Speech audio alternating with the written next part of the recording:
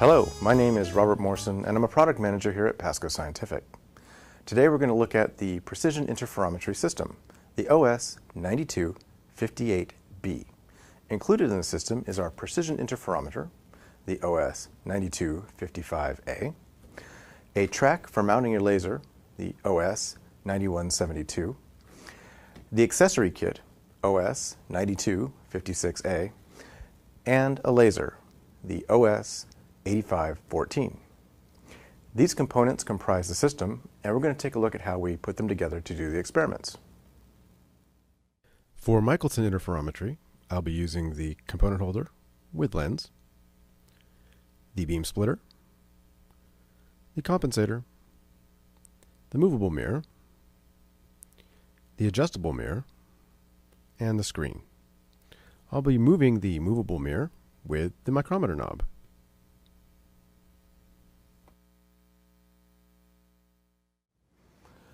Okay, I've placed my bench right up against the side of the precision interferometer, and I've placed my laser on my bench.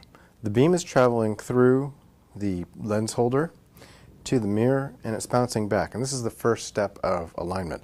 I've rotated my components so they're out of the way, and I've removed the lens so that the beam can travel clearly through and bounce back, and I'm aligning it so that it bounces directly back to the laser itself. So I get the beam coming and going, and this ensures that I will line things up in the proper optical path for the experiment.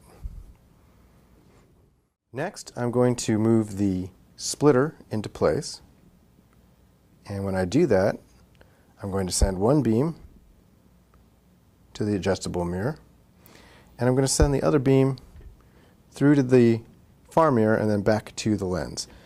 And as you can see on the screen, hopefully, I have two very clear beams, one above the other. And I'm going to adjust my splitter until they're right on top of each other, and I'm going to cinch it down.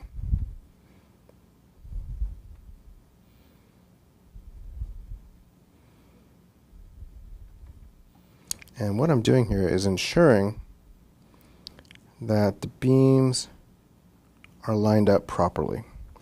Once I have them lined, and they're pretty close here, so I know I'm close to where I want to be, I'm going to take the adjustable mirror here, and I'm going to use the fine adjust knobs to bring those two beams together.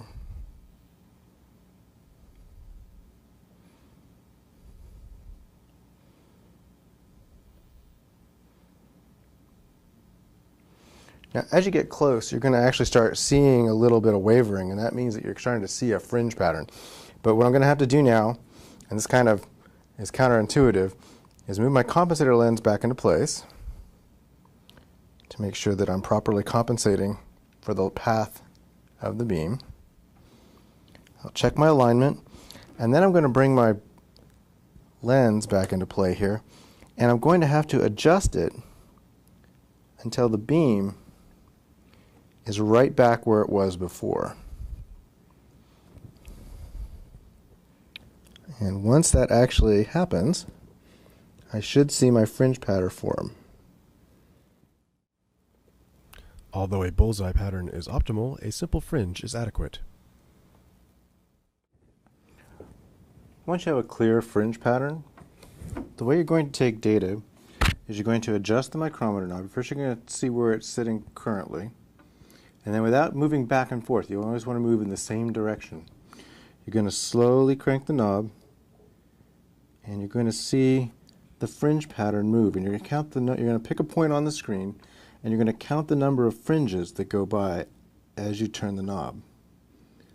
And it's usually best to pick a fixed number, for instance 20 or 30 fringes, and as the last one passes by, you stop, take your hands off, take a reading from the micrometer, and you're going to be comparing the number of turns to the distance that the mirror has traveled. And you want to do that 4 or 5 different times just to get a good statistical average. And once you have that, you'll be able to calculate the wavelength of the light. Fortunately, we're using a helium neon laser for this system, and the reason that we do that is so we have a good fixed value of the wavelength, and it's very easy to compare to the results that you get from the interferometer. With the Fabry-Perot method, the components are set up in line. The system accessory kit includes these additional components: a vacuum pump, a vacuum cell, a rotating component holder, 2 additional lenses, 2 polarizers, an additional component holder, and a glass plate.